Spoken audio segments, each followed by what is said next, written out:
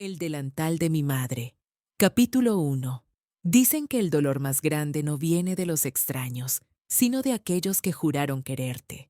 Yo no lo creía hasta aquel domingo de octubre cuando mi propia nuera me arrancó la dignidad frente a toda mi familia. Pero déjame contarte desde el principio porque las heridas profundas merecen ser entendidas. Esa mañana me levanté a las 5, como siempre. El frío de las baldosas me recorrió los pies descalzos mientras caminaba hacia la cocina. Mi cocina, la misma donde había preparado más de 1000 cenas, donde mis manos habían amasado pan para el desayuno de mi hijo, donde las lágrimas de viuda se habían mezclado tantas veces con el vapor de las ollas. Llevaba puesto mi delantal. No cualquier delantal, sino el que mi madre bordó para mí hace 35 años, cuando me casé con Marcos. Flores de jazmín en hilo blanco sobre tela azul desteñida. Las puntadas ya estaban flojas en algunas partes, pero yo seguía usándolo porque era lo único que me quedaba de ella. El mole llevaba desde la noche anterior cocinándose a fuego lento. Chocolate, chile ancho, almendras tostadas. El aroma llenaba cada rincón de la casa, como un abrazo tibio. Yo había pasado horas moliendo los ingredientes en el metate de piedra que heredé de mi abuela, porque Valeria había dicho que quería impresionar a sus padres con algo tradicional. Sus padres. No los míos, no mis amigas. Sus padres venían a cenar a mi casa y yo era la que cocinaba. Pero eso no me importaba, créeme. Yo estaba feliz de servir, de ver a mi hijo Daniel sentado a la mesa, de escuchar risas en el comedor que había estado tan silencioso desde que Marcos murió. 12 años de silencio, 12 años de cenar sola, 12 años de hablarle a su fotografía en la repisa. Cuando Daniel trajo a Valeria por primera vez, hace 3 años, yo pensé que el vacío finalmente se llenaría. Ella era bonita, elegante, con uñas pintadas de rojo y tacones que resonaban en mi piso de mosaico. Daniel la miraba como si fuera agua en el desierto. Qué ciega estaba yo entonces, qué tonta por amor. A las 6 de la tarde la mesa estaba puesta. Manteles blancos que había planchado esa mañana. Servilletas dobladas en triángulo. Los platos de porcelana que solo usaba en Navidad, porque Valeria insistió en que sus padres estaban acostumbrados a cosas finas. Los invitados llegaron puntuales. Patricia, la madre de Valeria, con un vestido floreado y collar de perlas falsas que brillaban bajo la luz del candil. Su esposo, un hombre callado que apenas me saludó con la cabeza. Y otros dos, creo que primos o tíos. No recuerdo bien porque sus rostros se han borrado de mi memoria. Lo que no se ha borrado es el olor. El perfume barato de Valeria mezclado con el mole. La humedad del aire porque había llovido toda la tarde. El aroma del café de olla que preparé para el postre. Valeria me había pedido que sirviera la cena, no que me sentara con ellos, que sirviera. Yo acepté sin quejarme. Después de todo, era la anfitriona. O eso creía. Daniel no había llegado todavía. Algo del trabajo. Un proyecto urgente. Valeria dijo sin mirarme a los ojos. Yo asentí mientras cargaba la cazuela humeante hacia el comedor. Y aquí es donde todo cambió. Estaba por sentarme en la cabecera, mi lugar de siempre, el lugar donde Marcos solía sentarse antes de que la muerte me lo arrebatara. Había apartado ese asiento para mí porque pensé, inocentemente, que era parte de la familia. Valeria se aclaró la garganta. Todos guardaron silencio. Señora Elena, dijo con esa voz suave que usaba cuando quería parecer educada. Creo que sería mejor que usted comiera en la cocina. El aire se detuvo. Juro que el reloj de pared dejó de hacer tic-tac por un segundo. Yo no entendí al principio. Miré a Patricia, su madre, buscando alguna señal de que esto era una broma cruel. Ella bajó la vista hacia su plato vacío. Es que... Continuó Valeria señalando mi delantal con un gesto de asco apenas disimulado. No queremos que mis padres vean esas manchas de grasa. No es apropiado. Usted entiende. Manchas de grasa. Las manchas de preparar la comida que ella iba a devorar sin agradecer una sola vez. Mis manos temblaron sobre la cazuela caliente. Sentí el peso del delantal de mi madre como nunca antes. 35 años de historia, de sacrificio, de amor bordado en cada puntada. Y Valeria lo veía como basura. Vaya a comer a la cocina, vieja desastrada. Esas fueron sus palabras exactas. Las repitió más despacio, como si yo fuera sorda o tonta. Vieja, desastrada. En mi propia casa, frente a personas que ni siquiera conocía. Nadie dijo nada. El silencio pesaba más que cualquier insulto. Patricia seguía mirando su plato. Los otros invitados intercambiaban miradas incómodas. El esposo de Valeria tosió y alcanzó la jarra de agua. Yo busqué algo, lo que fuera, una palabra de defensa, un gesto de indignación. Alguien que dijera, oye, eso estuvo mal. Nada. Me quedé ahí parada, con el vapor del mole subiendo hacia mi cara, con las lágrimas amenazando con salir pero negándome a darle esa satisfacción. 58 años. Había trabajado limpiando casas ajenas para criar sola a mi hijo. Había vendido empanadas en la esquina cuando no alcanzaba el dinero. Había dormido con frío para que Daniel tuviera cobijas suficientes. Y ahora, me echaban de mi propia mesa como a un perro callejero. Solté la cazuela sobre la mesa con más fuerza de la necesaria. El mole salpicó un poco el mantel blanco. Valeria abrió los ojos con horror, como si yo hubiera cometido un crimen. Caminé hacia la cocina. Cada paso resonaba en mis oídos. El piso de mosaico que yo había pulido. Las paredes que yo había pintado. Los muebles que compré con años de trabajo. Me senté en el banquito junto a la estufa. El mismo donde me sentaba a esperar que Marcos llegara del trabajo. El mismo donde lloré cuando me dijeron que su corazón se había detenido para siempre. Y esperé. Esperé a que alguien viniera a buscarme. A que alguien dijera esto no está bien, señora Elena. Venga a sentarse con nosotros. 6 minutos. Conté 6 minutos en el reloj de la pared. Nadie vino. Entonces escuché el sonido de una llave en la cerradura. Pasos familiares en el pasillo. La puerta se abre. Daniel acaba de llegar. ¿La defenderá o la traicionará como todos los demás? Cierro los ojos y dejo que el recuerdo me arrastre. A veces es lo único que me queda. El pasado. Esos días donde todo tenía sentido. Donde el amor no era una palabra vacía, sino algo que se respiraba en cada rincón de esta casa. El olor del café de olla. Canela, piloncillo, un toque de anís. Marcos lo preparaba cada mañana antes de que saliera el sol. Yo despertaba con ese aroma entrando por debajo de la puerta del cuarto, como una caricia invisible que me decía, levántate, mujer, que el día te espera. Él ya estaba sentado en la mesa de la cocina cuando yo salía, con su camisa a cuadros azules, esa que se ponía para ir a la fábrica, con sus manos grandes y agrietadas sosteniendo la taza de barro. Me miraba como si yo fuera la primera mujer que veía en su vida, cada mañana, durante 20 años. Buenos días, mi reina, me decía.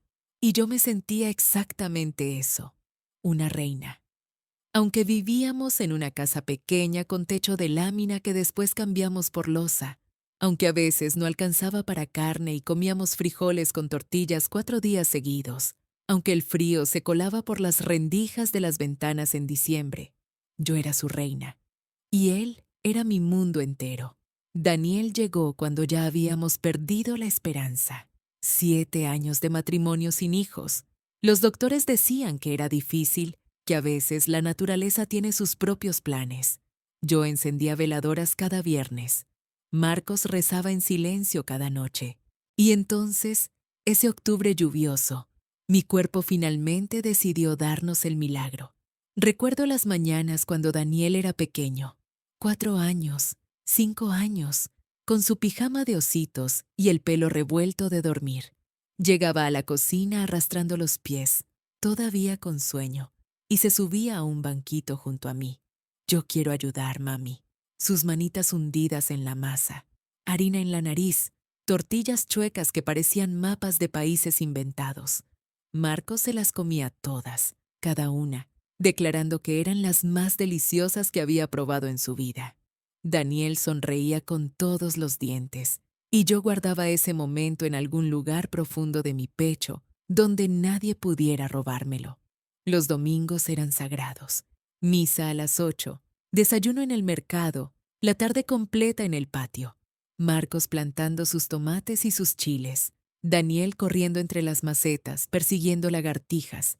Yo sentada en la mecedora, remendando ropa o simplemente mirándolos. Mi familia, mi mundo. Parecía que iba a durar para siempre, pero nada dura para siempre. Eso lo aprendí el 23 de marzo hace 12 años. Estábamos plantando hierbabuena. Era un sábado tibio, de esos donde el sol calienta sin quemar. Daniel ya tenía 17 años, casi 18, y estaba adentro estudiando para sus exámenes. Yo le pasaba las plantitas a Marcos, que cavaba hoyitos con su pala pequeña. «Oye, Elena», dijo de pronto, «mañana te llevo al lago. Hace años que no vamos». «Prometido», le dije yo. Él sonrió. Esa sonrisa de medio lado que me enamoró cuando teníamos 20 años. Hundió la pala en la tierra, se llevó la mano al pecho y se derrumbó. Así de rápido. Sin despedida. Sin un último te amo. Un momento estaba ahí, prometiéndome el lago, y al siguiente estaba tirado sobre la hierbabuena recién plantada. Yo grité su nombre, lo sacudí. Le supliqué que abriera los ojos. Daniel salió corriendo de la casa, todavía con el lápiz en la mano. Los vecinos llegaron. Alguien llamó a la ambulancia. Pero yo ya sabía. Cuando sostuve su mano y la sentí enfriarse entre las mías, ya sabía que mi Marcos se había ido. Los días siguientes fueron borrosos. El velorio, el entierro, las visitas de pésame que llegaban con cazuelas de comida que yo no podía probar, el silencio de la casa sin sus pasos, sin su café de olla, sin su buenos días. Mi reina. Daniel no volvió a la escuela esa semana. Se sentaba conmigo en la cocina, tomando mi mano sin decir nada. Una noche, cuando las visitas finalmente cesaron, me miró con los ojos rojos de tanto llorar. Yo me hago cargo, mamá, de todo. No tienes que preocuparte por nada. Tenía 17 años. Todavía era un niño. Pero en ese momento vi a su padre en su mirada. Esa misma determinación. Esa misma fuerza callada. Yo me hago cargo. Y lo hizo. Terminó la escuela mientras trabajaba los fines de semana. Estudió ingeniería en la universidad pública, viajando 2 horas de ida y 2 de vuelta cada día. Se graduó con honores. Consiguió un trabajo en una empresa grande de la ciudad. Los años pasaron. La casa se llenó de luz otra vez. No la misma luz de antes, pero luz al fin. Domingos de comida juntos, navidades decorando el árbol, cumpleaños con pastel de 3 leches que yo le hacía igual que cuando era niño. Mi Daniel. Mi milagro. Mi razón para seguir adelante. Entonces conoció a Valeria. Fue en una fiesta de la empresa. Me contó. Ojos bonitos, risa fácil, hija de un socio importante. Yo noté el brillo diferente cuando hablaba de ella. Ese brillo que solo da el amor nuevo. Quiero que la conozcas, mami. Claro que sí, mijo. Tráela a cenar. La esperé toda esa semana. Limpié cada rincón de la casa. Preparé pollo en salsa verde, arroz rojo, frijoles refritos. Saqué el mantel bueno, el de flores bordadas que me regaló Marcos en nuestro aniversario número 15. Daniel llegó primero, nervioso, alisándose la camisa cada 2 minutos. Yo sonreí, mi niño enamorado. Luego tocaron el timbre. Abrí la puerta. Valeria estaba ahí, con un vestido blanco y tacones altos. Bonita, sí, pero sus ojos me miraron apenas un segundo antes de desviarse hacia el interior de la casa.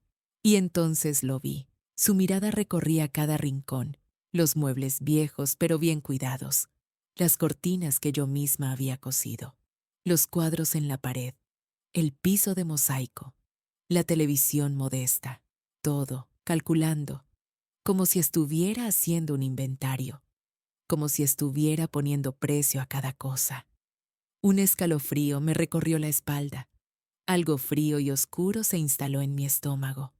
Pero sonreí, porque era la novia de mi hijo, porque el amor lo puede todo, porque quería estar equivocada. Bienvenida a nuestra casa, le dije. Y ella sonrió también, pero su sonrisa nunca llegó a sus ojos. Yo debería haber prestado más atención a las señales. Pero el amor de madre es así, ¿sabes? Ciega, sorda, tonta. Nos convencemos de que todo va a estar bien porque necesitamos creerlo. La boda fue pequeña, bonita. En el jardín de la casa de los padres de Valeria, con flores blancas y un pastel de 4 pisos que yo no probé porque me dio pena acercarme a la mesa principal, me senté en la última fila con doña Remedios, mi vecina de toda la vida, y las dos lloramos cuando Daniel dijo acepto. Mi niño ya era un hombre casado. Esa noche, antes de dormir, abracé el retrato de Marcos que tengo en mi mesita de noche. Ya se casó, viejo. Está feliz. Ojalá estuvieras aquí para verlo. El retrato no me contestó, pero sentí algo tibio en el pecho, como si Marcos me hubiera abrazado desde donde sea que esté. Valeria se mudó a la casa 3 semanas después. Al principio todo parecía normal. Ella decoraba, yo cocinaba. Ella trabajaba, yo limpiaba.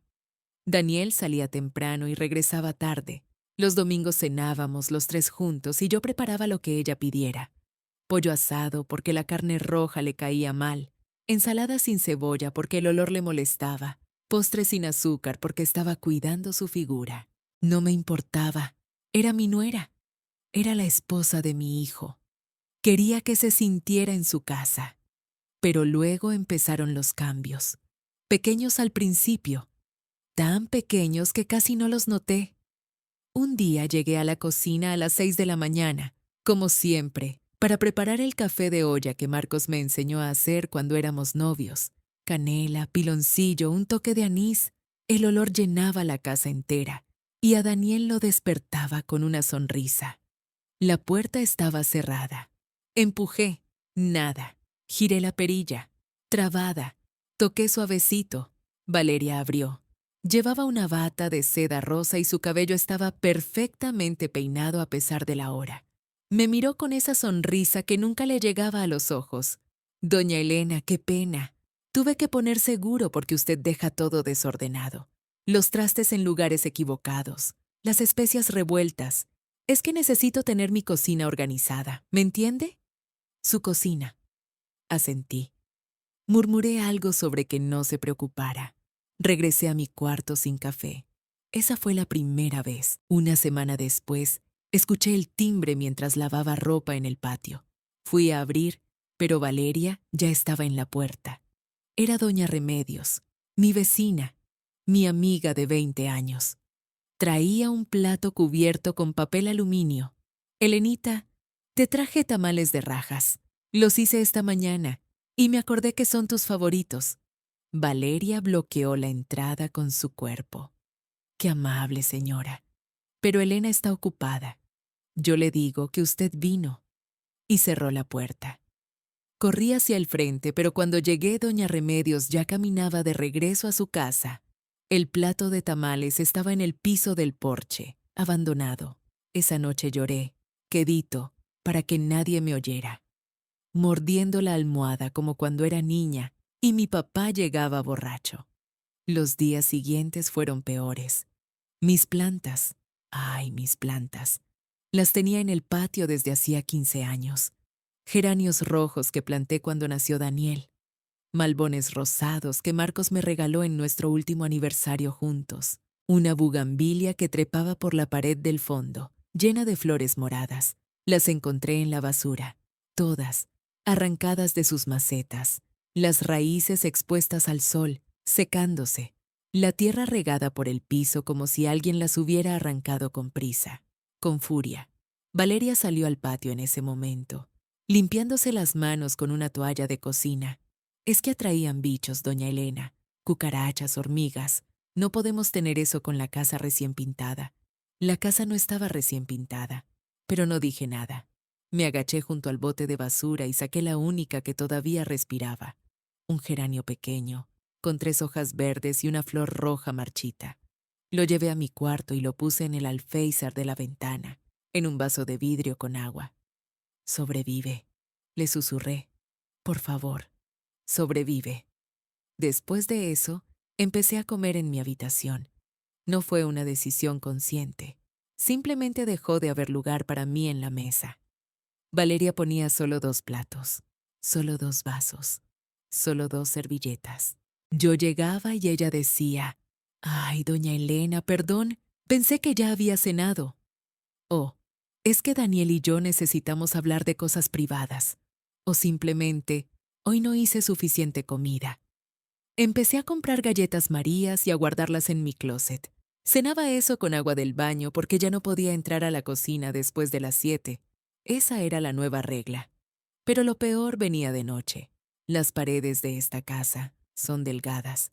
Siempre lo fueron. Marcos y yo susurrábamos cuando Daniel era bebé para no despertarlo. Ahora yo era la que escuchaba. Tu mamá necesita entender que esta casa ahora es nuestra. La voz de Valeria era clara como cristal a través de la pared. Mi amor, dale tiempo. Es un cambio grande para ella. Daniel. Mi Daniel defendiéndome. Mi corazón saltó. Lleva meses aquí, Daniel. Toca mis cosas. Entra a los cuartos sin tocar. Me mira como si yo fuera la intrusa. No me siento cómoda en mi propia casa. Silencio. Voy a hablar con ella. Mi vida. Te lo prometo. Y lo esperé. Noche tras noche, esperé esa conversación que nunca llegó. Daniel me saludaba en las mañanas con un beso en la frente y se iba a trabajar. Regresaba tarde. Se encerraba con Valeria. Me ignoraba. Nunca habló conmigo. 3 meses después de la boda, encontré una caja en el pasillo. Estaba afuera de mi puerta de cartón corrugado, sin marcar. La abrí pensando que era algún envío de Daniel. Adentro estaba mi vida entera. Fotografías de Marcos, nuestra boda, el bautizo de Daniel, Navidades, cumpleaños, el rosario de mi madre, el de cuentas de madera que me dejó cuando murió, mis manteles bordados, los que cosí durante 30 años, el certificado de matrimonio con las orillas dobladas, una carta de amor que Marcos me escribió cuando éramos novios, todo arrugado, todo revuelto, todo metido a la fuerza como si fuera basura. Valeria apareció detrás de mí, sonriendo, siempre sonriendo. Solo lo guardamos para hacer espacio. ¿Verdad que no le molesta? Yo guardé esa caja debajo de mi cama como si fuera un tesoro rescatado de un incendio. Pero algo cambió en mí esa noche, algo que no supe nombrar hasta mucho después. Decidí intentar una última vez. Sé lo que están pensando, que soy tonta, que soy débil, que debí haber tomado mis cosas y salido por esa puerta el día que encontré mis recuerdos empacados como desperdicios. Pero ustedes no entienden. Daniel era lo único que me quedaba de Marcos. Era el único motivo por el que seguía respirando. Así que me tragué el orgullo. Me lo tragué entero, con espinas y todo. Una semana después, Valeria anunció que haría una cena dominical. Invitaría a sus padres, a su hermana con el esposo, a unos primos. Quería impresionarlos. Quería demostrar que ahora era una señora de casa. Vi mi oportunidad. Me acerqué a ella mientras revisaba su teléfono en la sala. Olía a ese perfume dulce que siempre usaba, tan fuerte que me picaba la nariz. Valeria, hija, déjame ayudarte con la cena. Puedo hacer el mole, el de mi madre. A Daniel le encanta desde niño. Ella ni siquiera levantó la vista del teléfono. Ay, doña Elena, gracias, pero ya lo tengo todo planeado. Voy a pedir comida profesional, ¿sabe? De un restaurante de verdad. Mis papás están acostumbrados a ciertas cosas. De un restaurante de verdad. Como si 30 años cocinando para mi familia no contaran. Como si el mole que hacía mi madre, y la madre de mi madre, y todas las mujeres de mi sangre, no fuera más que comida de segunda. Asentí. Sonreí. Me fui a mi cuarto. Pero no me rendí. Esa noche no pude dormir. Daba vueltas en la cama pensando en cómo probarle a Valeria que yo podía ser útil, que merecía un lugar en esta familia, que no era un estorbo. A las 4 de la mañana, me levanté. La casa estaba oscura y fría. Caminé descalza por el pasillo, sintiendo las baldosas heladas bajo mis pies. Llegué a la cocina y encendí solo la luz del microondas, para no despertar a nadie. Empecé a limpiar. Tallé el piso de rodillas con un cepillo viejo. Pulí los cubiertos de plata que Valeria había comprado para presumir, esos que nunca usaba. Los froté uno por uno con bicarbonato y limón hasta que brillaban como espejos. Limpié las ventanas con vinagre y papel periódico. Sacudí las cortinas. Organicé la alacena. Cuando el sol empezó a asomarse, salí al jardín. Corté flores del rosal que Marcos plantó hace 20 años. Rosas rojas, pequeñas, imperfectas pero hermosas. Las acomodé en el florero de cristal que Valeria tenía guardado en la vitrina. Lo puse en el centro de la mesa del comedor. Me senté a descansar solo un momento. Me dolía la espalda. Me dolían las rodillas. Pero por primera vez en meses, sentí que había hecho algo bueno. Valeria bajó a las 9. Yo todavía estaba en el comedor, acomodando las servilletas en forma de abanico como había visto en las revistas. ¿Usted hizo esto? Su voz me heló la sangre. Me volteé. Valeria estaba en la puerta, todavía en pijama, con el cabello revuelto. Miraba el florero, las servilletas, los cubiertos brillantes, el piso reluciente. Quise ayudar, hija, para que no tuvieras que preocuparte por nada. Ella caminó hacia la mesa, tocó el florero con un dedo, movió todo de lugar. ¿Perdón? Los cubiertos no van así. Las servilletas las quería dobladas de otra forma. Y estas flores, yo iba a poner orquídeas blancas. ¿Rosas rojas? Esto parece funeral. Valeria, yo solo quería... Doña Elena. Su voz cambió, se volvió dura, metálica. Yo tengo mi forma de hacer las cosas. Esta es mi casa, mi cena, mi familia. Usted solo está aquí porque Daniel insistió. No se meta donde no la llaman. Salió del comedor sin decir más. Yo me quedé ahí, parada, con una servilleta todavía en la mano. Las rosas de Marcos en el florero. El olor a limón y vinagre todavía flotando en el aire. Me fui a mi cuarto y no salí en todo el día. Escuché los preparativos desde atrás de la puerta. El timbre sonando, las voces de los invitados, las risas. Olía a la comida del restaurante, esa comida profesional que Valeria había ordenado. Escuché a Daniel saludando a su suegro, a Valeria presumiendo los cubiertos de plata, esos mismos que yo había pulido de madrugada. Nadie tocó mi puerta. A las 7 de la noche, el hambre me ganó. No había comido nada desde el día anterior. Las galletas Marías se habían acabado. El estómago me rugía. Me miré en el espejo. Tenía ojeras. El cabello despeinado. Me lo acomodé con los dedos. Me puse el suéter menos viejo que tenía. Respiré hondo. Voy a bajar, me dije. Es mi casa también. Marcos la construyó con sus manos. Tengo derecho a sentarme en esa mesa. Bajé las escaleras despacio, agarrándome del barandal. Las risas se hacían más fuertes. Olía a vino tinto, a pan recién calentado. El corazón me latía en la garganta. Me asomé por la puerta del comedor. La mesa estaba puesta, impecable. Las orquídeas blancas en el centro, no mis rosas. Los cubiertos brillantes, los platos de porcelana fina. 9 personas sentadas, 9 copas llenas. Conté las sillas. 1, 2, 3, 4, 5, 6, 7, 8, 9. 9 sillas, 9 invitados. La mía no estaba. La silla donde me sentaba cada noche cuando Marcos vivía, la que estaba junto a la ventana, ya no existía. La habían quitado, como si yo no existiera, como si nunca hubiera vivido aquí. Di un paso hacia adelante. Mis piernas temblaban.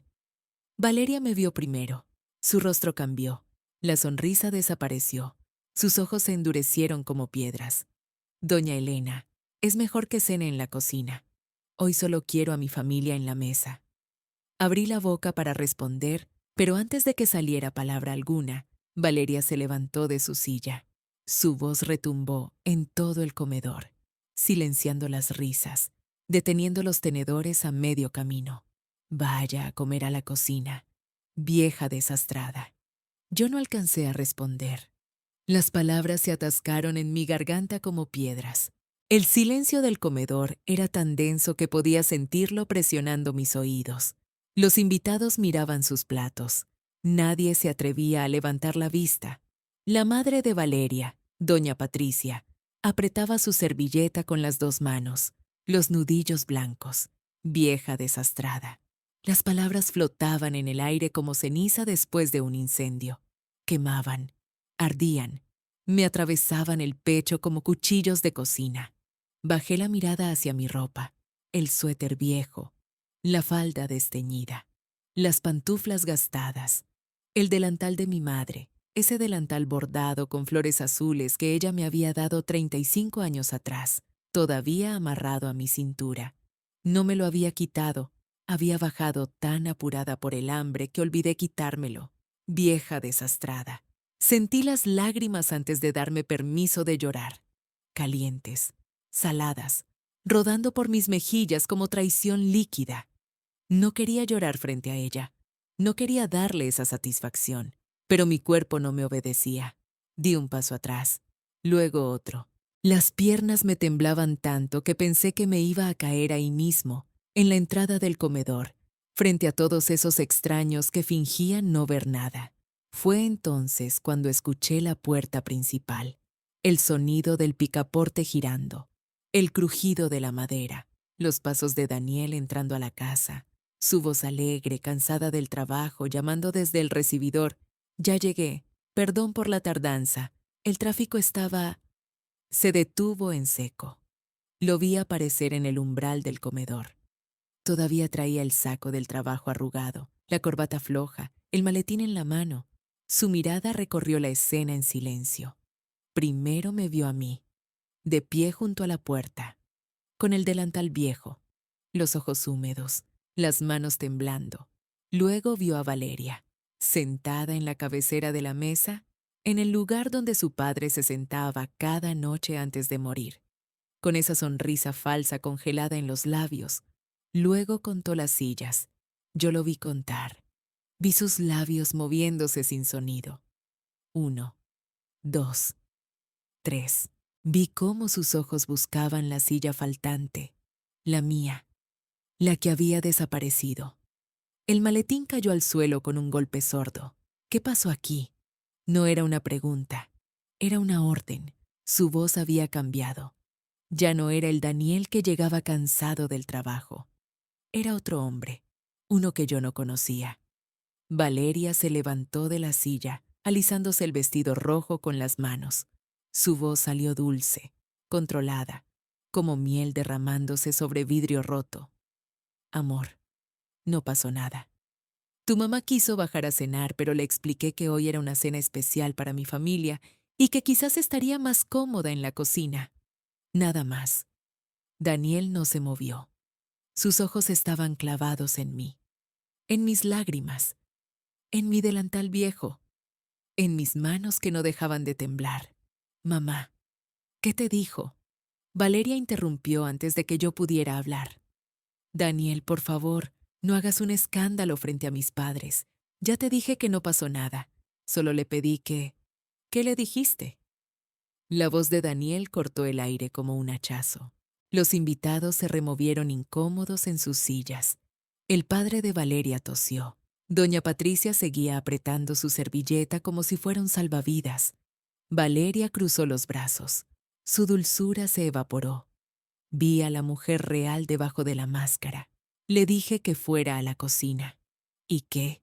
Esta es mi casa también. Tengo derecho a decidir quién se sienta en mi mesa. El silencio que siguió fue tan largo que pude escuchar el reloj de pared marcando los segundos. Tic, tac, tic, tac. Daniel caminó hacia Valeria. Sus pasos resonaban en el piso de madera que Marcos había instalado con sus propias manos 25 años atrás. Se detuvo junto a ella. Por un momento pensé que la iba a abrazar, que iba a ponerse de su lado, que yo iba a perder a mi hijo para siempre. Pero no. Daniel tomó la silla de Valeria. La jaló hacia atrás con un movimiento firme. El chirrido de las patas contra el suelo cortó el silencio como un grito. ¿Qué haces? exclamó Valeria. Daniel no respondió. Cargó la silla en alto y la llevó hasta donde yo estaba parada. La colocó frente a mí. Luego me tomó del brazo con suavidad, con la misma ternura con la que yo lo tomaba de la mano cuando era niño y cruzábamos la calle. Siéntate, mamá. Me guió hasta la cabecera de la mesa, el lugar de Marcos, el lugar de honor. Me sentó con cuidado, como si yo fuera de cristal. Luego caminó hacia la cocina y regresó con un plato limpio. Lo puso frente a mí. Empezó a servirme con sus propias manos. El arroz, la carne, las verduras, cada porción colocada con reverencia. Si mi madre no come en esta mesa, dijo sin levantar la voz, nadie come en esta mesa. Los invitados empezaron a levantarse uno por uno. Primero el padre de Valeria, murmurando excusas. Luego los demás. Doña Patricia fue la última en irse. Me miró un segundo antes de salir. Había algo en sus ojos, vergüenza quizás, o lástima. No supe distinguir. Valeria temblaba de furia. Su rostro estaba rojo, las venas de su cuello palpitaban. «Te vas a arrepentir de esto, Daniel. Te lo juro». Corrió hacia las escaleras. Sus tacones golpeaban cada escalón como disparos. Escuché la puerta del cuarto azotarse con una fuerza que hizo temblar las paredes. Daniel se sentó a mi lado. Tomó mi mano entre las suyas. Sus ojos estaban húmedos. «Perdóname, mamá». Debí abrir los ojos antes. Yo apreté su mano. No dije nada. No hacía falta. Pero mientras el silencio se asentaba sobre la casa como polvo después de una explosión, algo frío se instaló en mi pecho. Un presentimiento, una certeza amarga que me helaba los huesos. Esta noche Daniel había escogido, pero Valeria no era mujer de perder. La guerra apenas comenzaba. Yo escuché los pasos de Valeria bajando las escaleras como si fueran truenos anunciando la tormenta final. Eran las 11 de la noche. La casa olía todavía a la cena que nadie comió, el arroz frío, la carne abandonada, los platos sucios apilados en la cocina como testigos mudos de la vergüenza. Daniel y yo seguíamos sentados a la mesa. Él no había soltado mi mano en más de una hora. De vez en cuando apretaba mis dedos como si tuviera miedo de que yo desapareciera. Como cuando era niño y tenía pesadillas. Corría a mi cuarto y se metía en mi cama sin decir palabra. Solo buscaba mi mano en la oscuridad y la sostenía hasta quedarse dormido. Valeria apareció en el umbral del comedor. Llevaba una maleta pequeña en una mano, su bolso en la otra. Se había cambiado el vestido elegante por unos jeans y una blusa blanca. Sin maquillaje, su rostro se veía distinto, más joven, más vulnerable. Por un segundo, solo un segundo, casi sentí lástima por ella. Casi. Daniel se puso de pie de un salto. La silla cayó hacia atrás con un golpe seco. «Valeria, ¿qué estás haciendo?» Ella levantó la barbilla. Sus ojos brillaban, pero no con lágrimas, con algo más duro, más frío. Lo que debí hacer hace meses. Me voy. Espera. Podemos hablar. Podemos arreglar esto. No hay nada que arreglar, Daniel. Valeria dejó caer la maleta al suelo. El ruido resonó en el silencio de la casa como una sentencia. O estás conmigo o con ella. Decide. Las palabras quedaron flotando en el aire, pesadas, definitivas. Vi a mi hijo palidecer. Sus labios temblaron. Miró hacia mí, luego hacia Valeria, de vuelta hacia mí. Ese es mi hijo, pensé. El niño que cargué 9 meses. El bebé que amamanté hasta que me sangraban los pezones. El adolescente que consolé cuando su padre murió. El hombre que hoy tiene que elegir entre su madre y su esposa. Nadie debería tener que hacer esa elección. Valeria, por favor, suplicó Daniel. Decide. Yo no quiero perderte. Entonces ya sabes qué hacer. Daniel se quedó paralizado. Sus manos colgaban a los costados como si no supiera qué hacer con ellas. Sus hombros empezaron a temblar. Y entonces, por primera vez desde el funeral de su padre, hace 12 años, mi hijo se derrumbó. Las lágrimas corrieron por sus mejillas. Sus sollozos llenaron la habitación. Se dejó caer de rodillas en el piso del comedor, el mismo piso donde aprendió a gatear, donde dio sus primeros pasos, donde Marcos lo alzaba en brazos y lo hacía volar como un avioncito mientras yo preparaba la cena. Valeria lo miró desde arriba. Por un instante creí ver algo quebrarse en su expresión, una grieta diminuta en esa máscara de hielo. Pero se recompuso de inmediato. Cuando decidas, me llamas. Tomó su maleta. Caminó hacia la puerta principal. No miró hacia atrás. El portazo sacudió las ventanas. Daniel siguió llorando en el suelo. Yo me arrodillé junto a él. Lo abracé como cuando era pequeño. Sentí sus lágrimas mojando mi blusa. Olía a colonia cara y a sudor de angustia. Mamá, murmuró contra mi hombro. ¿Qué voy a hacer? No le respondí, porque en ese momento, mientras sostenía a mi hijo roto en mis brazos, una verdad se instaló en mi corazón con la claridad del amanecer. Yo sabía exactamente qué tenía que hacer. Lo ayudé a levantarse. Lo guié hasta el sofá de la sala. Le preparé un té de manzanilla con las manos temblorosas. Él lo bebió a sorbos pequeños, como un enfermo. Sus ojos estaban rojos e hinchados. Hijo, dije finalmente, yo me voy a ir. Daniel dejó caer la taza. El té se derramó sobre la alfombra que su padre eligió hace 20 años. ¿Qué? No. Mamá, no. Esta es tu casa. Esta fue mi casa. Lo corregí. Ya no lo es. Claro que lo es. Papá te la dejó. Tu nombre está en las escrituras. Sacudí la cabeza lentamente. Un nombre en un papel no hace un hogar, hijo. No puedo vivir donde no soy bienvenida. No puedo despertar cada mañana preguntándome si hoy será el día en que me humillen de nuevo. No puedo pasar mis últimos años sintiéndome una intrusa en los mismos cuartos donde crié a mi familia. Daniel empezó a llorar otra vez, esta vez como un niño, con hipidos y mocos y ese abandono total que solo tienen los corazones que todavía no aprenden a esconder el dolor. Mamá, por favor, no me dejes. Ya perdí a papá. No puedo perderte a ti también. Me senté a su lado. Tomé su rostro entre mis manos. Esas manos arrugadas que cambiaron sus pañales, que le prepararon miles de desayunos, que le aplaudieron en cada logro. No me vas a perder, hijo. Pero necesito irme. Por ti. Por mí. Por todos. No pude convencerlo. Pero tampoco cambié de opinión. Esa noche no dormí. Me quedé sentada en la cama de mi cuarto. El cuarto que compartí con Marcos durante 23 años. Miré la ventana donde él se asomaba cada mañana para ver el clima. La mesita de noche donde guardaba sus lentes de lectura. La almohada que todavía conservaba una leve hendidura de su cabeza, aunque ya habían pasado 12 años.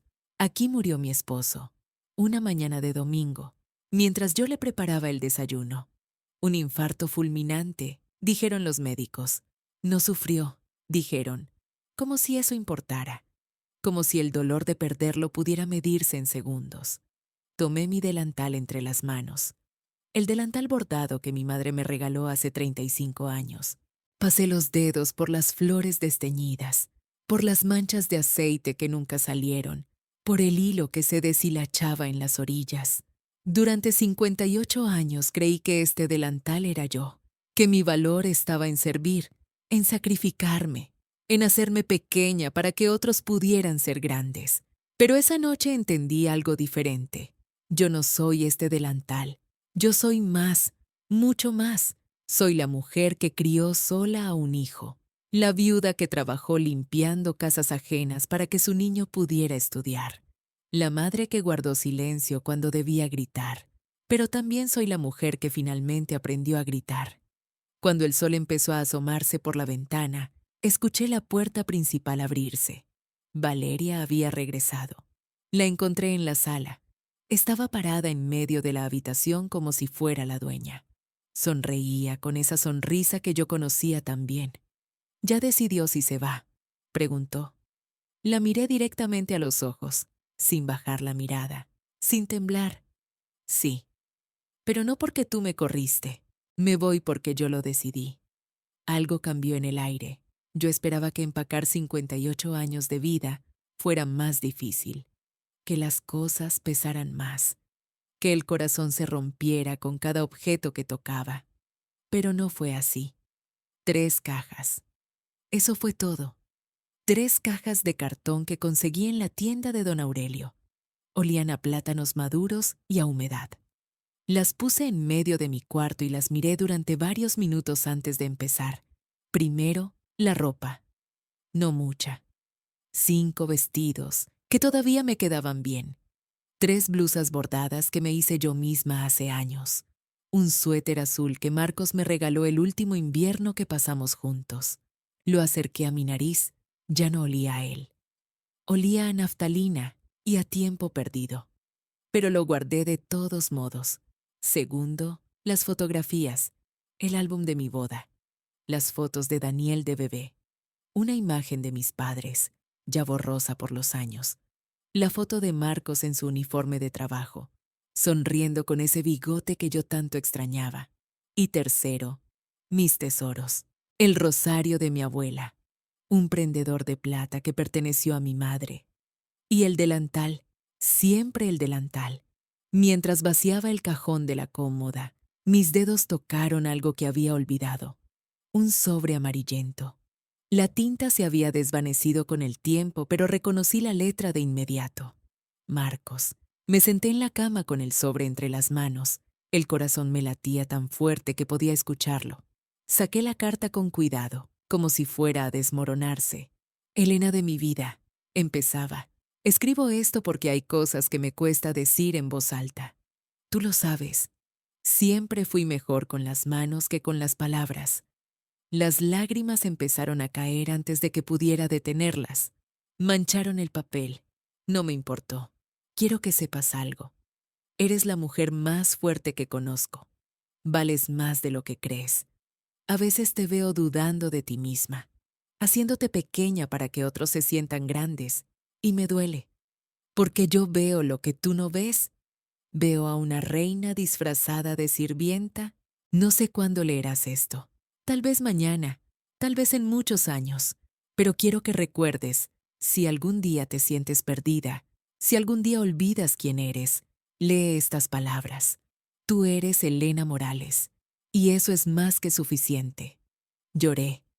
Lloré como no había llorado en 12 años. Lloré por él, por mí, por todos los años que pasé creyendo que no valía nada, por todas las veces que me tragué el orgullo, por todas las humillaciones que acepté en silencio. Pero después de llorar, seguí empacando, porque eso es lo que hacemos las mujeres como yo.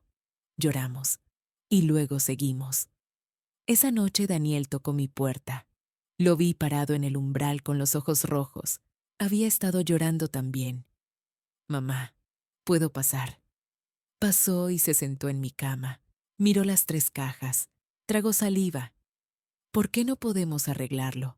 ¿Por qué tienes que irte? Me senté a su lado. Tomé su mano entre las mías. Esas manos que una vez fueron tan pequeñas. Hijo, déjame contarte algo. Cuando tenías 7 años, llegaste llorando de la escuela.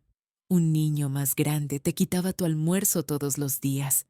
Te empujaba, te insultaba, y tú no decías nada. Aguantabas. Daniela sintió. Recordaba. Un día me preguntaste qué debías hacer, y yo te dije que hablaras con la maestra, pero no funcionó. El niño seguía molestándote. Entonces te di otro consejo. Él sonrió tristemente. Me dijiste que la próxima vez que me empujara me quedara firme, que lo mirara acá a los ojos, que le dijera, no más, exacto. ¿Y qué pasó? El niño dejó de molestarme, no porque yo fuera más fuerte, sino porque entendió que ya no iba a aceptarlo. Tomé su rostro entre mis manos. Hijo, esos son los límites. No son muros de odio, son líneas de respeto. Yo no me voy porque te odie, me voy porque me amo. Y porque te amo a ti lo suficiente como para enseñarte esta lección. Daniel lloró en mis brazos como cuando era niño. Yo lo sostuve. Olía a su loción cara, a su champú de marca. Pero debajo de todo eso, olía a mi hijo, a mi bebé. Te quiero, mamá. Y yo a ti. Pero el amor sin respeto no es amor, es costumbre. El sábado llegó más rápido de lo que esperaba. Me desperté temprano, me bañé con agua caliente, me puse mi mejor vestido, el azul marino con flores blancas, el que guardaba para ocasiones especiales. Me peiné el cabello con cuidado, me miré en el espejo y entonces hice algo que no había hecho en meses. Abrí el cajón donde guardaba mi maquillaje viejo. Encontré un lápiz labial rojo, casi nuevo. Lo destapé y lo pasé por mis labios. El rojo me devolvió algo que creía perdido. No sé qué era exactamente. Quizás dignidad, quizás esperanza, quizás simplemente Elena. No iba a salir de esta casa como mendiga. Iba a salir como reina. Daniel bajó mis cajas. Valeria no apareció.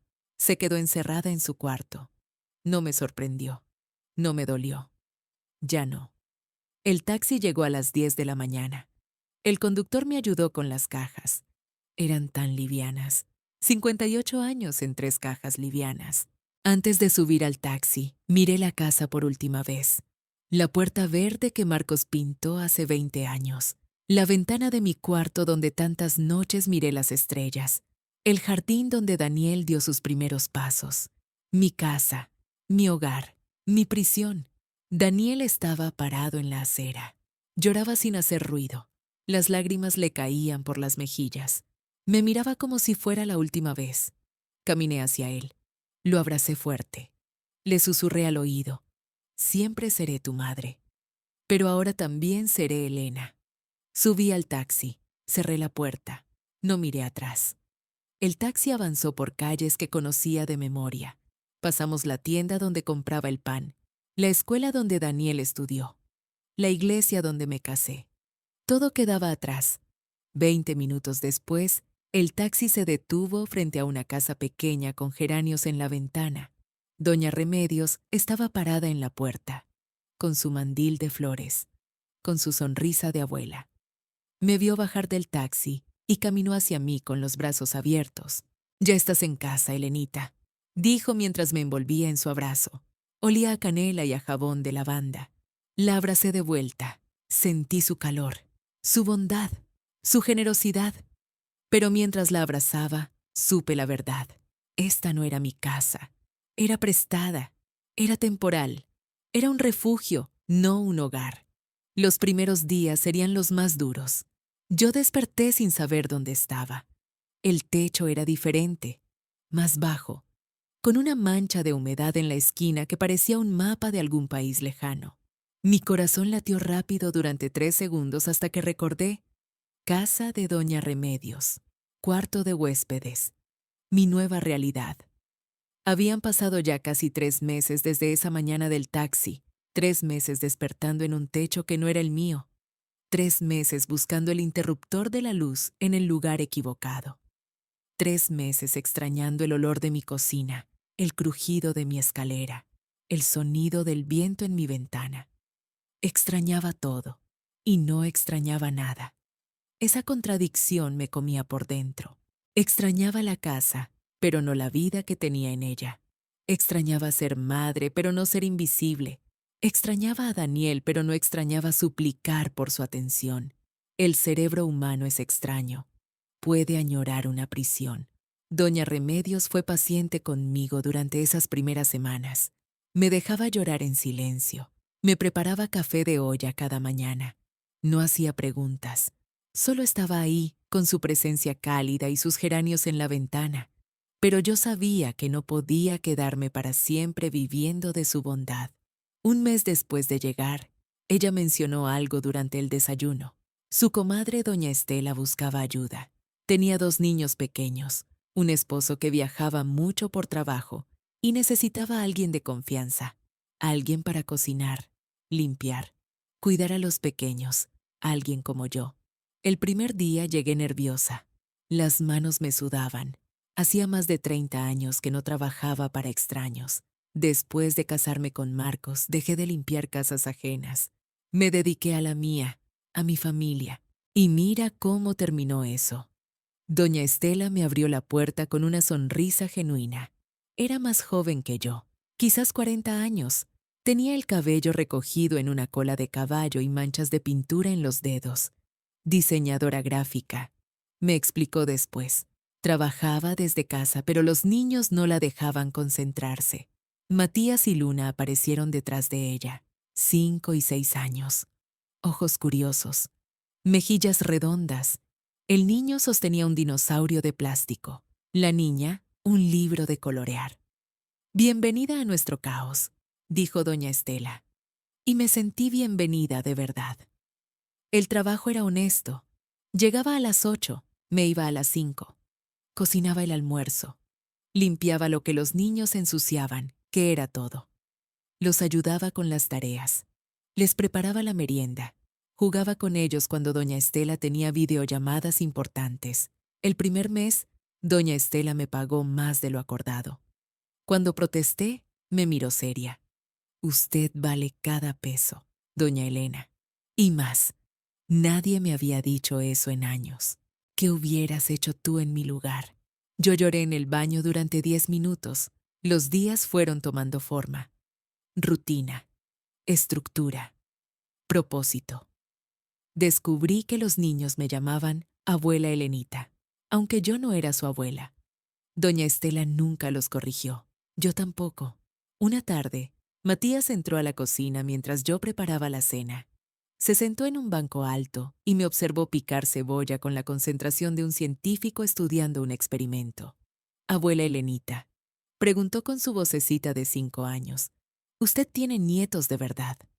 La pregunta me atravesó el pecho como aguja fina. No, mijito, todavía no. ¿Por qué? Porque mi hijo aún no tiene hijos. Él asintió muy serio, como si entendiera algo profundo. Entonces nosotros somos sus nietos prestados. Me reí, una risa que me salió del estómago, una risa que no había sentido en meses. Sí, Matías, ustedes son mis nietos prestados. Él sonrió satisfecho con la respuesta. Luego señaló la olla donde hervía maíz. ¿Qué está haciendo? Atole, ¿quieres que te enseñe? Sus ojos se iluminaron. Mientras te cuento esto, comenta desde qué ciudad me escuchas, porque sé que muchas de ustedes han sentido esto. Ese momento donde algo roto empieza a sanar sin que te des cuenta. Le enseñé a Matías a hacer atole esa tarde.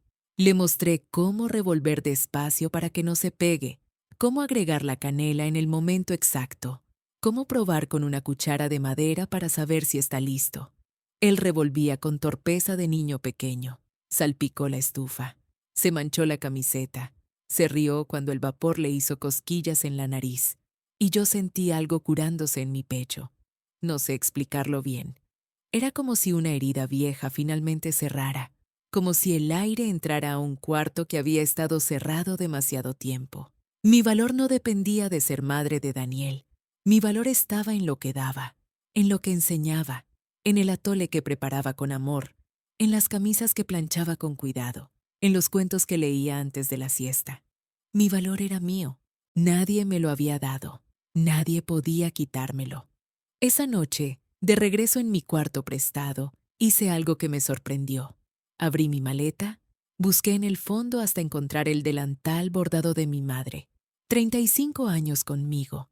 Mi identidad, mi armadura, mi definición. Lo doblé con cuidado. Lo guardé en el fondo de la maleta, debajo de todo lo demás. Ya no lo necesitaba para definirme. Cerré la maleta.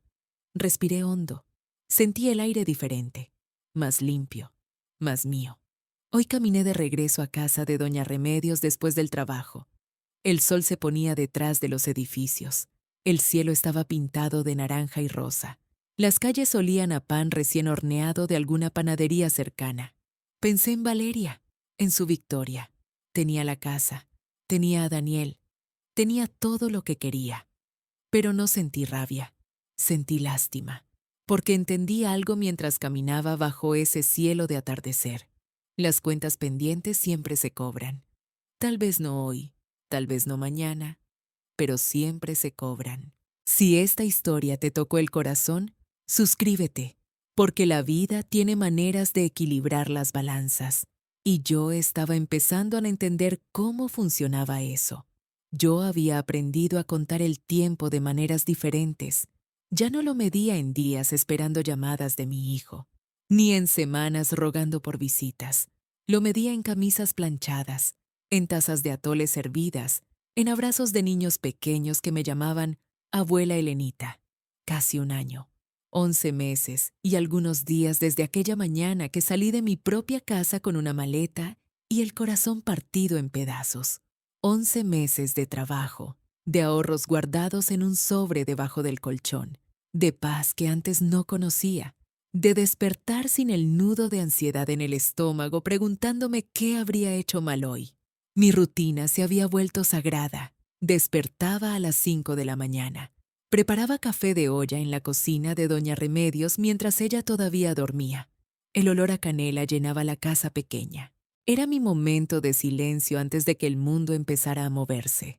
A las 7 caminaba a casa de doña Estela.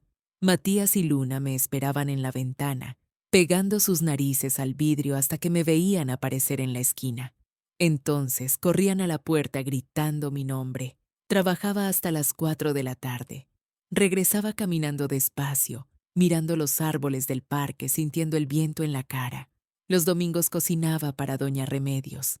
Hacíamos sopa de fideos y hablábamos de telenovelas y de los chismes del mercado.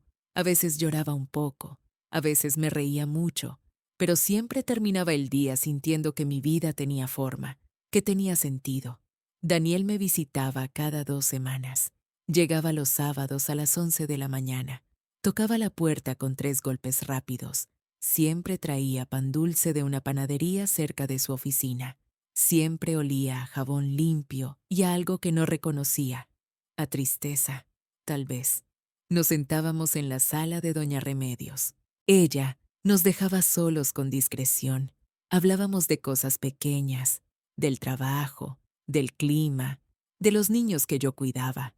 Nunca hablábamos de Valeria, pero yo la veía en sus ojos, en la forma en que se hundían más cada visita, en los kilos que perdía mes con mes, en la manera en que sus hombros se encorvaban como si cargara algo demasiado pesado. Mi hijo se estaba haciendo pequeño. Yo reconocía esa postura, esa mirada, ese cansancio que no era del cuerpo sino del alma. Lo reconocía porque yo la había tenido durante 2 años, antes de irme, antes de entender. Quería decirle algo.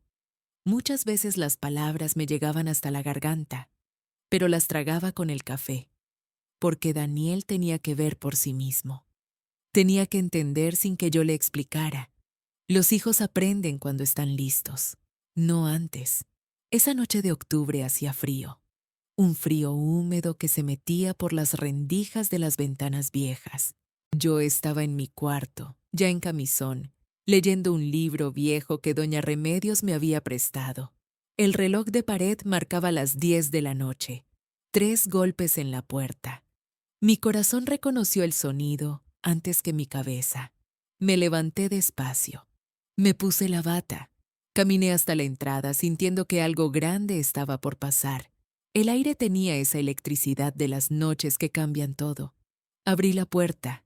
Daniel estaba parado ahí, una maleta en cada mano, los ojos rojos, la cara más delgada que nunca, el traje arrugado como si hubiera dormido con el puesto. No dijo hola, no dijo buenas noches, solo dijo, me salí, para siempre.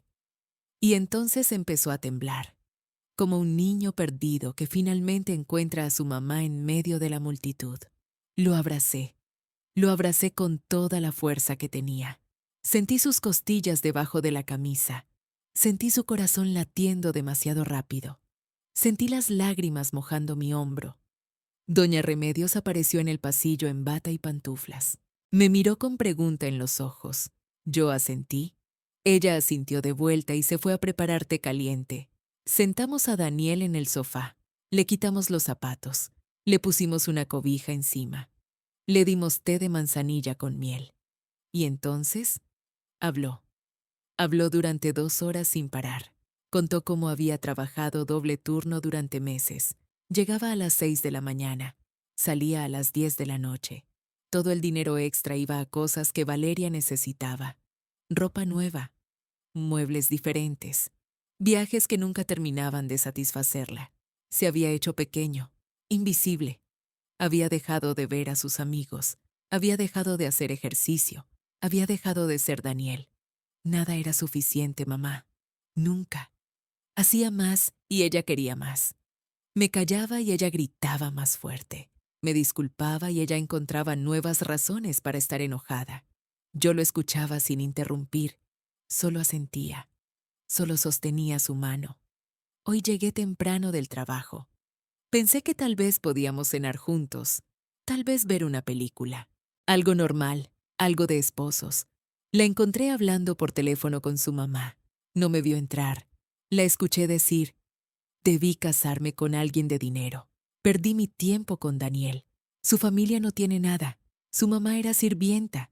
Perdí mi tiempo. Daniel se detuvo. Respiró hondo. Las lágrimas le corrían por las mejillas, pero su voz se había vuelto firme.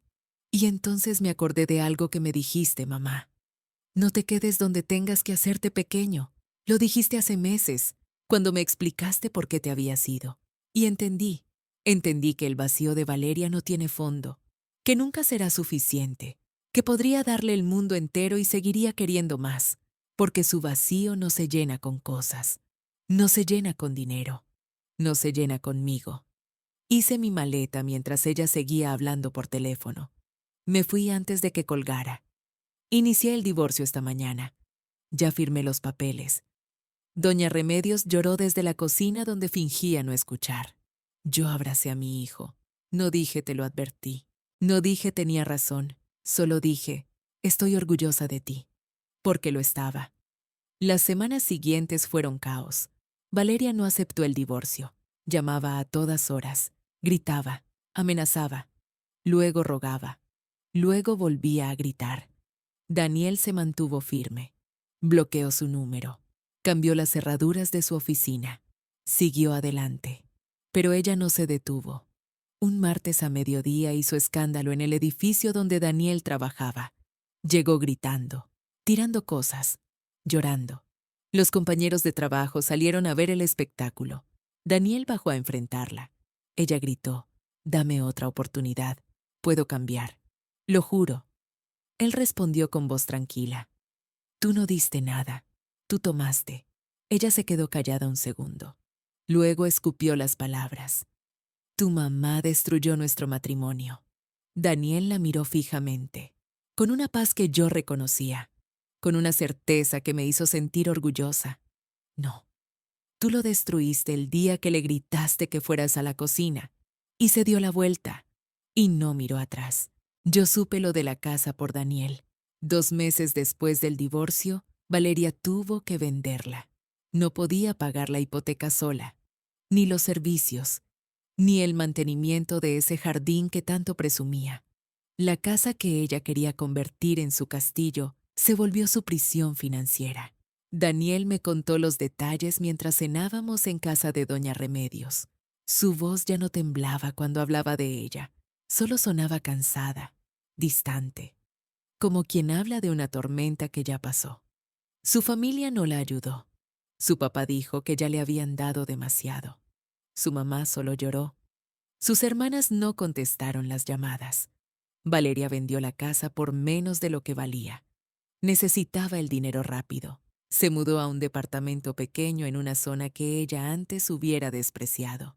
2 cuartos, sin jardín, sin cochera techada, sin nada que presumir. Sola. Esa palabra se quedó flotando entre nosotros esa noche. Sola. No sentí alegría. Pensé que la sentiría. Pensé que después de todo lo que me hizo, escuchar sobre su caída me daría satisfacción. Pero no. Solo sentí un vacío extraño. Como cuando terminas de leer un libro muy largo y no sabes qué hacer con tus manos. Daniel sanó lentamente. Primero fue el departamento nuevo, pequeño pero luminoso, con una vista al parque donde empezó a correr por las mañanas. Me mandaba fotos del amanecer mientras trotaba. El cielo rosado, los árboles todavía con rocío. Mira, mamá, hoy corrí 5 kilómetros. Después fueron los amigos que volvieron a llamarlo. los que Valeria había alejado con su actitud, los que dejaron de visitarlo porque ella los hacía sentir incómodos. Uno a uno regresaron. Luego vino la sonrisa. No la sonrisa nerviosa que usaba cuando estaba casado. No la sonrisa tensa que ponía cuando Valeria lo interrumpía. Una sonrisa real, de esas que le arrugaban los ojos como cuando era niño. Lo vi sonreír así un domingo mientras jugábamos cartas en casa de Doña Remedios. Había perdido 3 manos seguidas y se reía de su propia mala suerte. Y pensé, ahí estás, ahí está mi hijo. El tiempo pasó como pasa cuando ya no duele tanto. Despacio primero, luego más rápido. 1 año y medio después de aquella cena de domingo recibí una llamada que no esperaba. Número desconocido. Contesté mientras lavaba los platos en casa de doña Estela. Los niños dormían la siesta. El olor a jabón de lavanda llenaba la cocina. Elena, soy Patricia, la mamá de Valeria. Me sequé las manos lentamente con el delantal. El corazón se me aceleró, pero mantuve la voz tranquila. ¿Qué necesita? Hablar contigo. Por favor, solo media hora. Pensé en colgar. Pensé en decirle que no teníamos nada que hablar, que su hija me había humillado en mi propia casa, que ella había estado ahí esa noche sin decir una palabra. Pero algo en su voz me detuvo. Sonaba rota. Nos vimos en una cafetería del centro, un lugar sencillo, mesas de madera gastada, olor a café de olla y pan recién horneado. Patricia llegó antes que yo. La reconocí por la espalda encorvada, por el pelo gris que antes teñía de castaño, por las manos que no dejaban de temblar sobre la mesa. Me senté frente a ella. Sus ojos estaban rojos, hinchados, como quien ha llorado demasiado y ya no tiene lágrimas. Gracias por venir. No respondí. Esperé. Ella respiró hondo. Miró su taza de café como si buscara las palabras en el fondo. Criamos a una hija cruel. Las palabras salieron pesadas, lentas, como piedras cayendo en agua profunda. Le dimos todo lo que pidió. Le compramos todo lo que quiso. Nunca le dijimos que no. Pensamos que así sería feliz.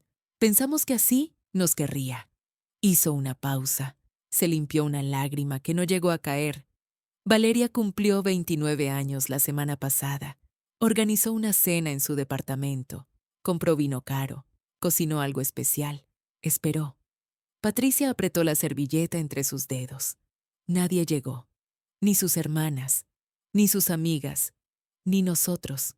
Su papá dijo que estaba cansado de sus dramas. Yo no tuve valor. El silencio pesó entre nosotras. Me llamó a las 11 de la noche, llorando, preguntando, «Mamá, ¿por qué nadie me quiere?» Patricia me miró directamente. Sus ojos buscaban algo, absolución quizás, o solo alguien que entendiera. No supe qué responderle. Tomé un sorbo de mi café.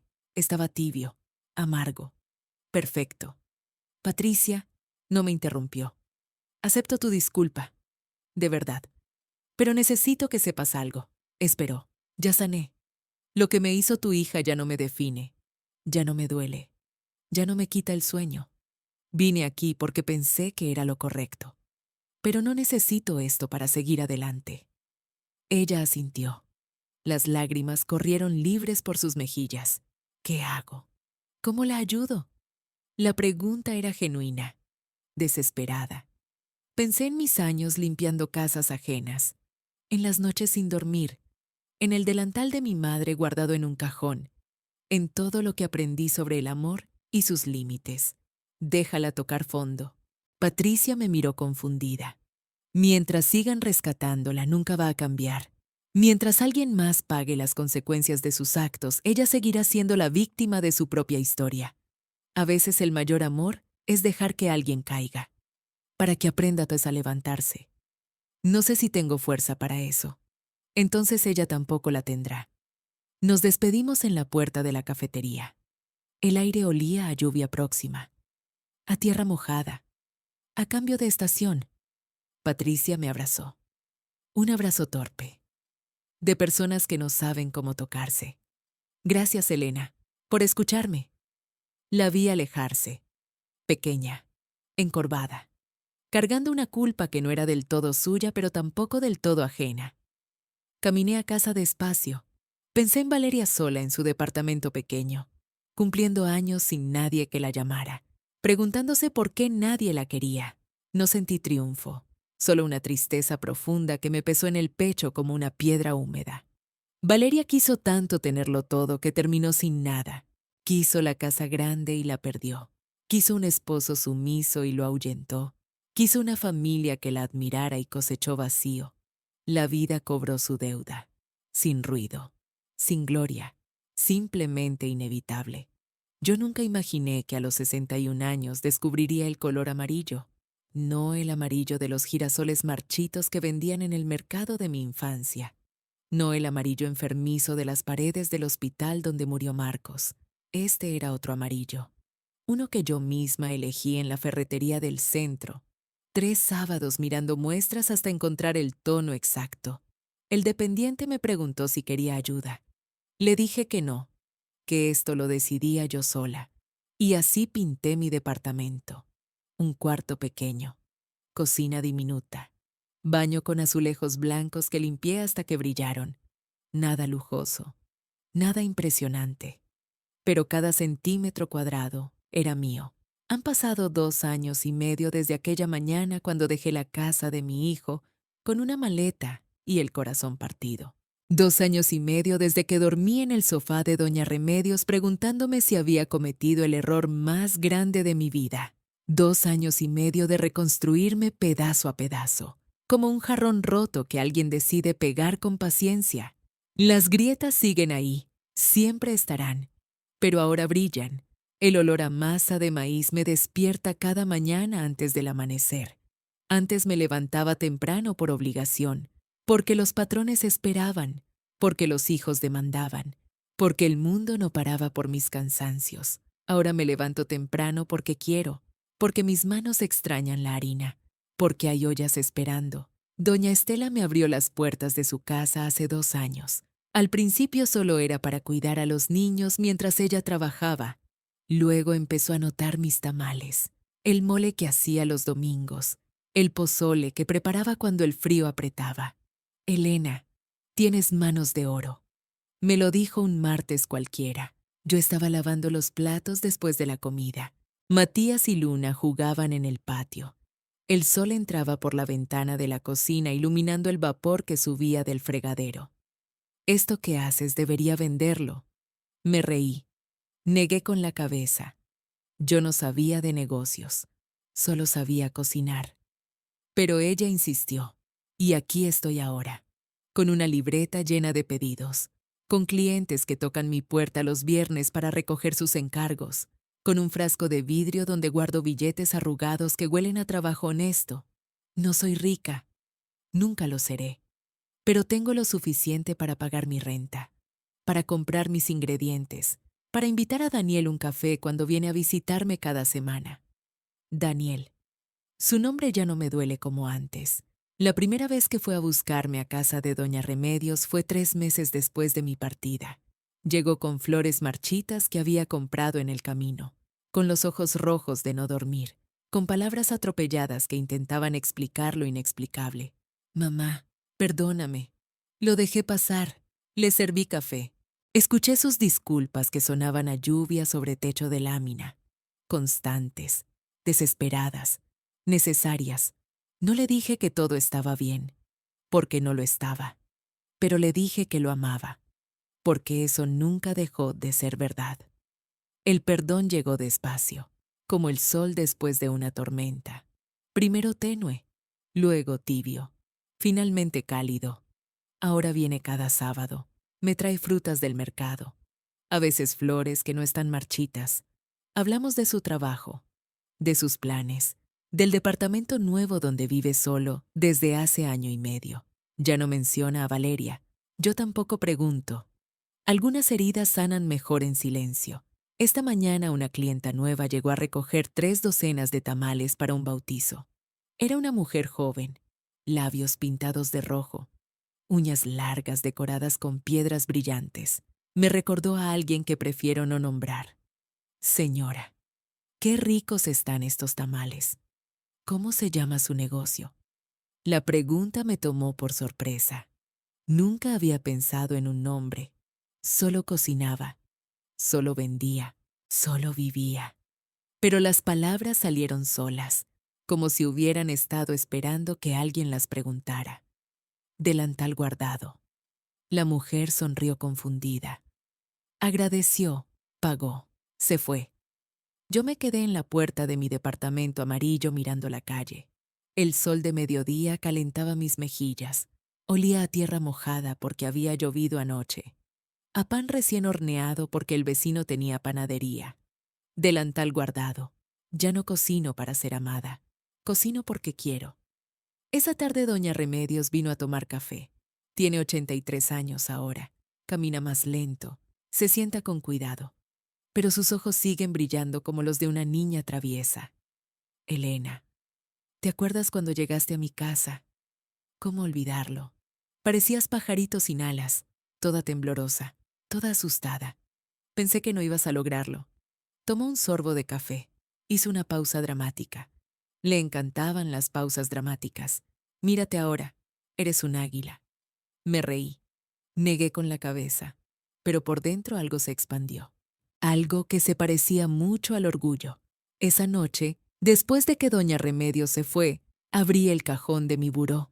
Ahí estaba, doblado con cuidado, lavado y planchado. El delantal de mi madre. No lo tiré, nunca pude. Lo saqué despacio, lo extendí sobre la cama. Las flores bordadas a mano seguían ahí, desteñidas por el tiempo, gastadas por los años, pero presentes. Este delantal representa mi historia, los capítulos dolorosos que me hicieron caer, los hermosos que me enseñaron a levantarme, las mañanas limpiando casas ajenas, las noches llorando en silencio, los abrazos de mi madre que ya no puedo sentir, los de mi hijo que estoy aprendiendo a recuperar. Algún día será de Daniel, y espero, con toda mi alma espero, que él se lo dé a su hija, que le cuente la historia de su abuela, no la mujer humillada en su propia mesa, no la madre invisible que nadie veía, sino la que eligió paredes amarillas, la que nombró su negocio con orgullo, la que aprendió que el amor propio no es egoísmo, la que se levantó. Yo cierro los ojos y respiro profundo. 3 años. Han pasado exactamente 3 años desde aquella cena que me partió en dos. 3 años desde que crucé la puerta de mi propia casa con una maleta pequeña y el corazón destrozado. 3 años desde que una mujer me miró como si fuera basura en mi propia mesa. Y aquí estoy, sentada en mi departamento amarillo, con mi taza de café humeante entre las manos, el delantal de mi madre extendido sobre la mesa de madera. La luz de la tarde entra por la ventana y dibuja sombras doradas sobre las flores bordadas. Huele a canela porque acabo de hacer galletas. Huele a hogar porque finalmente aprendí qué significa esa palabra. No es un lugar, es un estado del alma. Toco las flores bordadas con la punta de los dedos. Siento cada puntada que mi madre cosió hace 35 años. Recuerdo sus manos, morenas, agrietadas por el trabajo, suaves cuando me acariciaban la frente en las noches de fiebre. Ella también fue invisible alguna vez. Ella también limpió casas ajenas. Ella también sonrió cuando le dolía el cuerpo y el alma. Pero nunca me lo contó. Guardó sus heridas en silencio para que yo no las heredara. Mamá, heredé tus heridas de todos modos, pero también heredé tu fuerza. Un gorrión se posa en mi ventana. Ladea la cabeza. Me mira como preguntando algo. Sonrío. Le hablo en voz baja. Quédate el tiempo que quieras. Aquí nadie te va a echar. El pájaro vuela. Yo me quedo. Y pienso en todas las mujeres que están escuchando esta historia. Escúchame bien. Si sientes que eres invisible, si alguien te hace sentir que no vales, si despiertas cada mañana preguntándote para qué te levantas, si cocinas y nadie agradece, si limpias y nadie nota, si trabajas y nadie ve, si amas y nadie corresponde, escúchame, vales, no por lo que haces, no por lo que das, no por lo que sacrificas, no por los platos que lavas, no por las camas que tiendes, no por los hijos que criaste, no por el esposo que cuidaste, no por la casa que mantienes impecable. Vales por quien eres, por esa mujer que respira dentro de ti, esa que tiene sueños escondidos en algún rincón del pecho, esa que recuerda cómo era reír sin pedir permiso, esa que mereció amor desde el primer día y tal vez nunca lo recibió completo. Esa mujer vale, tú vales. El café se enfría entre mis manos. No me importa. Las galletas esperan en el horno. Tampoco me importa. Este momento es mío. Esta reflexión es necesaria. Estos 3 años me enseñaron verdades que debí aprender hace décadas. El amor no debe doler. Lo voy a repetir porque tardé 58 años en entenderlo. El amor no debe doler. Si te duele cada día, si te hace sentir pequeña, si te roba la paz, si te quita el sueño, si te obliga a desaparecer para que otros brillen. Eso no es amor, es costumbre, es miedo, es dependencia. Pero amor verdadero no es. El amor verdadero te hace crecer, te da espacio para ser, te acepta con tus arrugas y tus manchas y tus errores, te sostiene cuando caes, te celebra cuando triunfas, te ve, te escucha, te respeta. Yo no tuve eso por mucho tiempo y creí que era normal. Creí que el sacrificio era mi único valor. Creí que si me borraba lo suficiente, otros podrían brillar. Creí que mi rol era servir en silencio y agradecer las migajas. Estaba equivocada. La paz es necesaria, tan necesaria como el agua y el pan.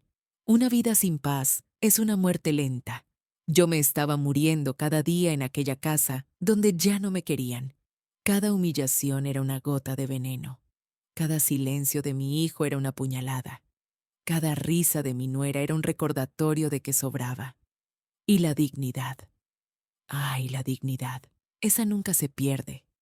Aunque te la quieran arrancar, aunque te escupan en la cara, aunque te miren como si fueras nada. La dignidad vive adentro, en ese lugar secreto donde guardas tu verdadero nombre. Nadie puede tocarlo si tú no lo permites. Yo permití que me tocaran demasiado tiempo. Dejé que sus palabras entraran. Dejé que sus miradas me definieran. Dejé que su desprecio se convirtiera en mi espejo. Pero un día desperté, y ahora te lo digo a ti que me escuchas. Tienes 2 opciones, solo 2. La primera es quedarte. Quedarte donde te maltratan, donde te ignoran, donde te hacen sentir que estorbas. Quedarte y desaparecer un poco más cada día, hasta que no quede nada, hasta que olvides cómo se sentía ser tú misma. La segunda opción es irte. Irte con dignidad. Irte aunque duela. Irte aunque tengas miedo. Irte aunque no sepas qué viene después. Irte porque mereces paz, porque mereces respeto, porque mereces despertar sin ese nudo en el estómago. Yo elegí la segunda. Y no voy a mentirte. Fue terrible al principio. Me perdí. Completamente me perdí. No sabía quién era sin el delantal puesto. No sabía quién era sin alguien a quien cuidar. No sabía quién era sin sacrificio. Pero a veces para encontrarte primero debes perderte. Yo me perdí. Me perdí en noches de llanto, en mañanas de miedo, en tardes de soledad que pesaban como piedras. Me perdí preguntándome si había cometido un error, si debía volver, si debía pedir perdón por atreverme a quererme.